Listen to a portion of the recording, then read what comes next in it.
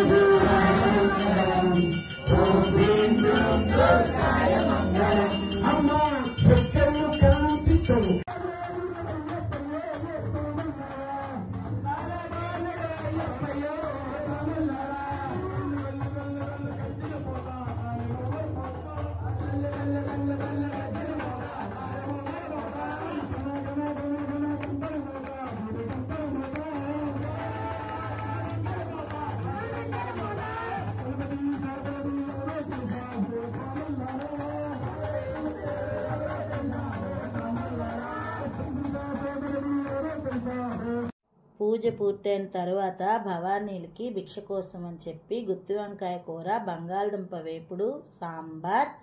పులిహోర దద్దోజనం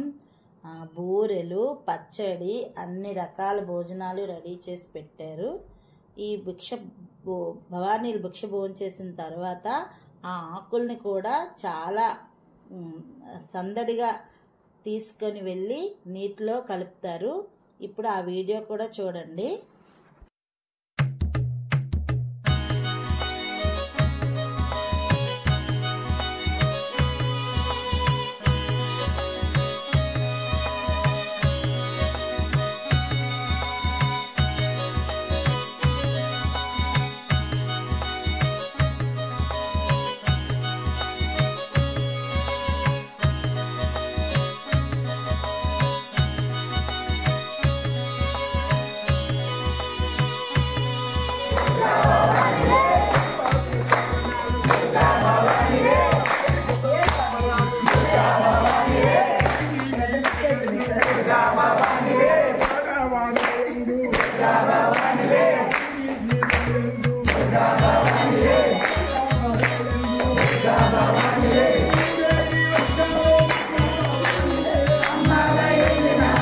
స్వాములంతా భోజనం చేసిన తర్వాత ఆ భోజనం చేసిన ఆకుల్ని